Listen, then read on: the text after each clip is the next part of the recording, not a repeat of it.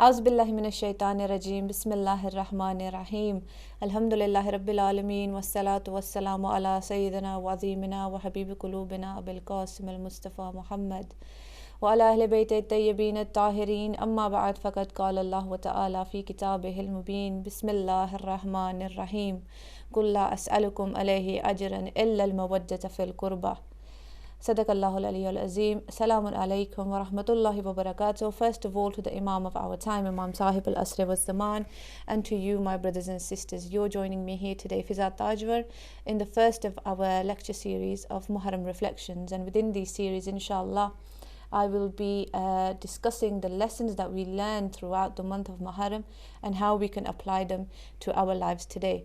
We have passed the day of Ashura now, the tragic event that occurred and the oppression that occurred onto the family of Rasulullah sallallahu alaihi wasallam. Imam Hussein alayhi salam, his blessed family and his companions has passed, and we are now in the Ashra of Sayyidah Zainab salamullah alayha, in which she has been left alone with the orphans of Imam Hussein alayhi salam and the Imam of her time, Imam Sajjad alayhi salam. And within the second Ashra of Muharram, there is also a lot of lessons that we can learn from the examples of Sayyidah Zainab salamullah alayha and of the companions that remained, and from Imam Sajjad alayhi salam. But before we begin our lecture series and deriving lessons from the month of Muharram, we would like to discuss how and why we need to have a purpose in life. For any community, for any family, for any individual to flourish, there are three things that are required, that are essential for the makeup of the human being. And number one is purpose, a purpose for your life. Number two is a goal. And number three is the most important. And that is a strong foundation on which we build ourselves, on which we build anything. The very man we are commemorating within these days of Muharram has a beautiful ahadith in which he states to every single Shia of his and to every single person in this world about the purpose of the human being, why we have been created. You see, a lot of problems that occur within the youth and in our lives in general is because we don't know our purpose. We don't know our value. What are we supposed to be aiming towards and how we are supposed to be getting there. In a beautiful hadith by Imam al-Hussein alayhi salam, this very Imam, he states, O people, Allah the Exalted, be His remembrance, has only created people so that they might know Him. And when they know Him, they worship Him. And when they worship Him, they become needless of worshipping others by His worship. A man then asked him, O son of the Prophet, Yabna Rasulallah, what is meant by knowing Allah? And he replied, it is that the people of each era must know their Imam, to whom obedience is mandatory. Allahumma salli ala Muhammadin wa ali Muhammad wa ajil farajahum. Imam Hussein beautifully describes the purpose of our life is to know Allah subhanahu wa ta'ala and to worship Him. Even inside the Quran, Allah subhanahu wa ta'ala states, we have created you for no other reason other than to worship Allah subhanahu wa ta'ala. But in the community and society we live in today, we usually look at this worship as in spending hours and hours on the prayer mat, spending hours and hours reciting the Quran, days in fasting, giving everything we have away to charity, and not paying any heed to our daily routine and our daily lives. And this is a very wrong conception that we have about this word worship. Secondly, the purpose. How many times do we remember in our daily lives that our purpose of living is to know Allah subhanahu wa ta'ala? The purpose of this entire creation. How many times have we sat and pondered about what the reason is behind why we were created? And I talk to the youth, I talk to the people of today like myself who have needed solid evidence. Somebody who has been critical until the proof has been shown to me or until I have reached a logical conclusion. And brothers and sisters, the beauty about the religion of Islam is that everything that it asks us to do has a logical reason behind it.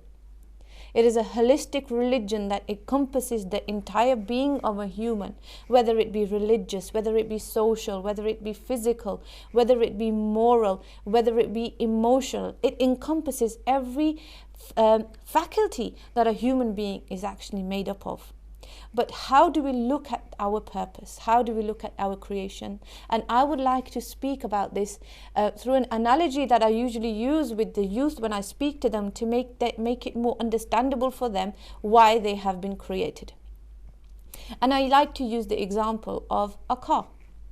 When we are growing, when we want to use the car, there are some things that we have to do in order to use that car. And this car in this analogy is the world, this creation. The whole of Allah subhanahu wa ta'ala's creation is that car. But we as people, what is our goal? What is the need for the car? What is the purpose of the car? The purpose of the car is to take us from one direction, from one place to another place.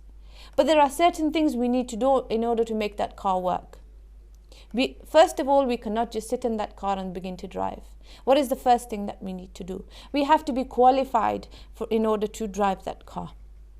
And today, subhanallah, when the government brought in the rules for the theory part of passing the driving test, I said, Ya Allah, subhanallah, the people are using exactly the same methodology as you use, yet when we come to understanding the reason of our creation, we completely forget Allah subhanahu wa ta'ala, yet we in our daily lives are using exactly the same methodology as Allah subhanahu wa ta'ala uses. So we first have to pass a theory test where we read a book, we have to answer a series of questions, we are given instructions and details, the background knowledge, the theoretical knowledge that we need in order to drive this car, and then we have to do a practical test. But when we are doing this practical test, do we sit in the car by ourselves? No, we are accompanied by an instructor. So first, in order for us to use this car, to use this world, we need a book and we need the instructor. And subhanahu wa ta'ala has given us both of those, the book and the instructor. Inni tarakum fikum as-saqalain, Quran wa itrati ahl bayti. I have left between you two weighty things, the Quran and the Ahl al-Bayt. So in terms of using this world, how we use them and to train us up as to how we are going to use this world, we have been given the Quran and the Ahlul Bayt alayhim wassalam. Then what do we need to do, and then what happens? When we begin to drive this car, we are not experienced. We can't drive this car properly as we begin to drive it. What happens? The instructor then instructs us how to use the theoretical knowledge within the book in a practical way. And they show us how to do it. And when we are sat next to the instructor, the more we practice with the instructor, the more information he gives us, the more practical lessons we are shown, we begin to build our experience in driving that car, using that world, that car, to get to another destination, because the purpose of the car is to get to another destination. So the analogy of the theory side of driving a car and the instructor is the Quran and the Ahl al-Bayt. The car itself is the world. Everything that has been created is to be used in order to get to the destination. And Imam Hussain alayhi salam says in the beautiful hadith, your destination is to reach Allah subhanahu wa ta'ala. So we are in this car, we are in the world. We have been given the Quran and the Ahl al-Bayt, and we are going towards our destination, which is Allah subhanahu wa ta'ala. Now, once we have gained the knowledge, once we have gained the practical guidance from the instructor and the book, what happens next? We have a test. We have to pass that test in order to be qualified as a driver, in order to qualify us as safe enough to be on the roads for us to get from one destination, from one place to another place, to our destination. So we have those tests. Now, when we are having those tests, we are asked a series of questions. But while those tests are happening, the instructor does not intervene, unless obviously there's a health issue or there's a hazard, in which he will stop the car. But we are talking on general terms. When we are being tested, the instructor sits quietly, knowing that he has full well given you the practical guidance and the theoretical guidance as to how you are supposed to drive that car. He will not intervene while those tests are happening. Yet when you pass your test, this is when Allah subhanahu wa ta'ala will then give you your qualification, and give you your qualification in terms of reaching proximity towards Allah subhanahu wa ta'ala. Only after your test will you receive the qualification of becoming a driver. Only then will you be handed your driving license, once it is determined that you are safe enough to drive that car on the roads. Now, when we are sitting in our car, do we just go around driving aimlessly? We sit in a car to use it for its purpose, to reach a destination. Imagine we had a car parked outside our houses, and we come out of our house and we sit in a car, and we are just happy sitting in our car. How would one become happy sitting in the car? Okay, what if somebody came out, they had a car, and they spent all of their time beautifying this car? Sometimes they would attach a bigger exhaust to it, a bigger sound system, a nicer seat. They would beautify the interior of it. They would add all these different parts to the car just in order to beautify this car. Yet all they used it for was to go inside and sit inside, and not using it for its purpose. How would that benefit you? And this is how we need to think of this world. This world that we live in is like this car parked outside our house. It is there for a purpose, and the destination is something else. But what we do in our lives is we think this world is the final destination. We sit inside this car trying to beautify this world, trying to beautify everything around us, when we forget that this world is actually something we use in order to reach somewhere else.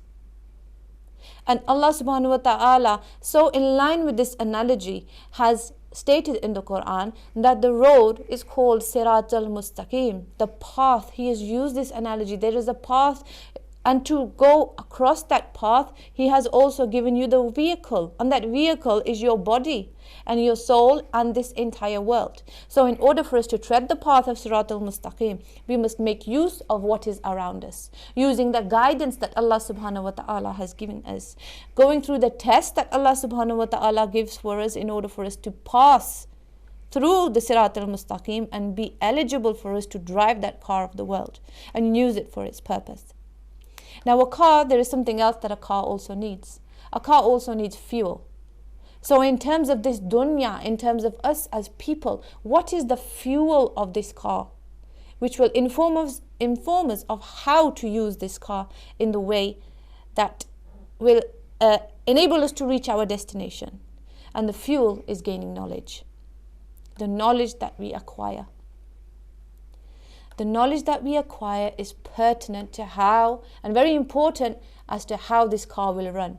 Imagine in our daily use cars, we put in the wrong petrol. What will happen? And I use this analogy to explain to the youth, because the youth need to understand what the purpose of our life is, which way, in which direction we are going. So when we begin to understand our purpose, we will begin to understand what we need to do in order to reach our goal. For everything else that we have in our life, we always have a goal. What kind of career we want, what kind of family we want, what kind of job we want, what kind of family we want, what kind of children we want, the spouse that we want. We all have a goal in our mind as to what would benefit me, and that is our goal. But the actual destination that we are supposed to reach is using all of these parts of the world. Your family is the world. Your children are the world. Your wealth is the world. Your properties are the world. Everything around you, your work is the world. Everything that you see, every kind of different part of your life is the world. It's like this car. There are lots of different cars. All of these cars that you use, which are parked outside of your house, are used to reach a destination. And that destination is Allah subhanahu wa ta'ala. And what we need to think is, which road will I travel with this car in order to reach my destination? I use this car to go to work. When I go to work, after my workplace, how do I make my workplace the destination of Allah subhanahu wa ta'ala? And we make the niyyah, the intention, that I am going to work in order to earn money to provide for my family, which will then in turn please Allah subhanahu wa ta'ala. I am going to work in order to make money. So from the money that I save, I am able to pay my zakat and my sadaqah and help people, which will in turn please Allah subhanahu wa ta'ala. I am using this car to attend majalis. I am using this car to attend my school, to gain knowledge, to better myself in order to get a better job. Therefore, the money that I earn, I can use to help people, which will in turn lead me to my destination, which is Allah subhanahu wa ta'ala. And when we begin to make all of our destinations Allah subhanahu wa ta'ala, everything in the world you will view as a vehicle towards Allah subhanahu wa ta'ala and not treat it as the final destination. When we embark on this journey, the first few steps are very hard. When we are driving the car which we have never used before, it is very hard the first few days. We are even scared to go to the end of our streets in that car. Yet, when we begin to practice it, we become used to it and we begin to derive the benefits of doing that. But sometimes what happens is, when we are going down the Sirat al-Mustaqim, there is a deviation, there is a deterrent which is sat on the Sirat al-Mustaqim, and he is the shaitan. And the shaitan will attack us from every point. And throughout this series, throughout this lecture series, we will be doing a lot of talking about what kind of things deter us from Sirat al-Mustaqim, and in which way we can immunize ourselves from the Sirat al-Mustaqim, and how Allah subhanahu wa ta'ala, everything that He has given us is in order for us to reach Him as a destination. What vessel do we have to use in order to reach Him? What wasila do we have to use to reach Him? And just a point here, when we talk about wasila, many people think, how is Allah subhanahu wa ta'ala able to give everybody everything, yet He still asks us to use a wasila? When we are born, Allah subhanahu wa ta'ala just does not drop the baby out from the sky. Our parents give birth to us. When we want to eat, Allah subhanahu wa ta'ala causes fruits and vegetables to grow out of the ground, which is the wasila towards how we receive that food. When Allah subhanahu wa ta'ala wants to take our life, He uses an angel to take our life. He doesn't come directly in order to take that life. Why?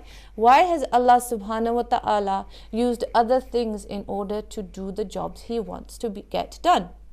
And this is because He wants to show us His magnanimity. He wants to open us up to His world. He wants us to discover Him. He wants us to find Him in everything that we see and understand that He is the greatest, and how low we are in that if we ever attempted to create or clone anything that He had made, we would never be able to do so. He is the Allah subhanahu wa ta'ala who makes sure that the ant under the rock is receiving their rizq.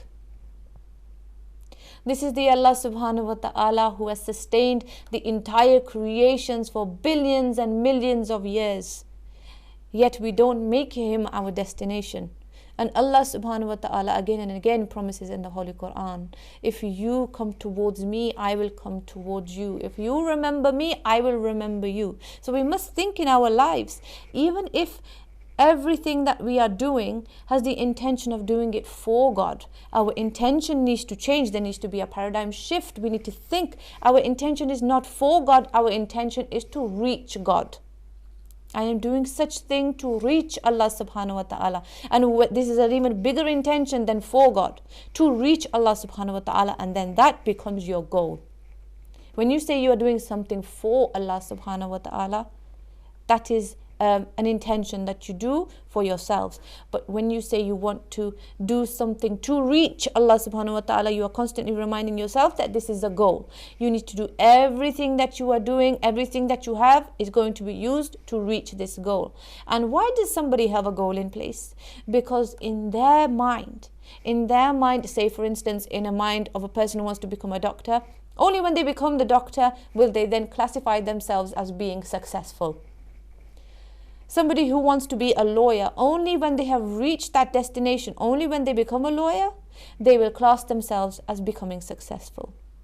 So we need to understand that the only definite success in this world and this life is when we reach Allah subhanahu wa ta'ala and when we reach Jannah. It is the only reality. Whatever other goal that we have in life, there is no guarantee that we may reach it. There is no guarantee whether we will be provided with what we need in order to gain that goal, to reach that goal. But what Allah subhanahu wa ta'ala has promised and said, I have given you the guide. I have given to you the book. I have given to you the people whom you must take as role models in order to fulfill this goal for which you have been created.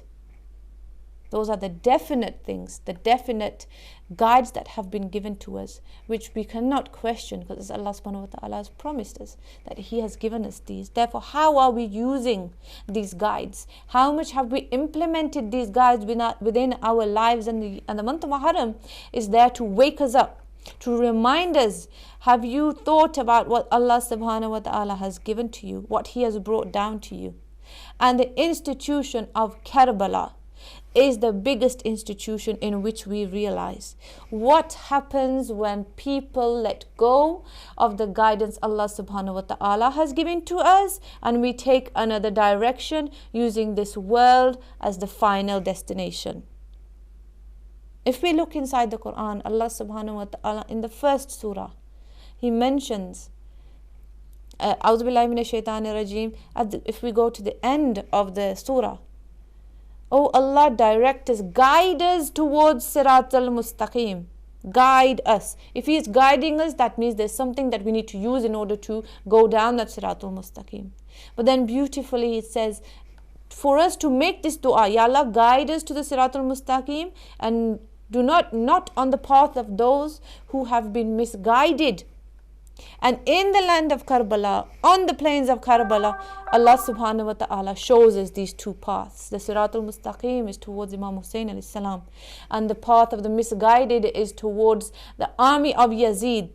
Yet what we see is with Yazid there are 30,000 soldiers, but with Imam Hussein alayhi salam there are only his family members and 72 loyal companions. How did these companions reach to a stage where they were able to give their life, sacrifice everything they had in the name of Imam Hussein alayhi salam for the sake of Allah subhanahu wa ta'ala?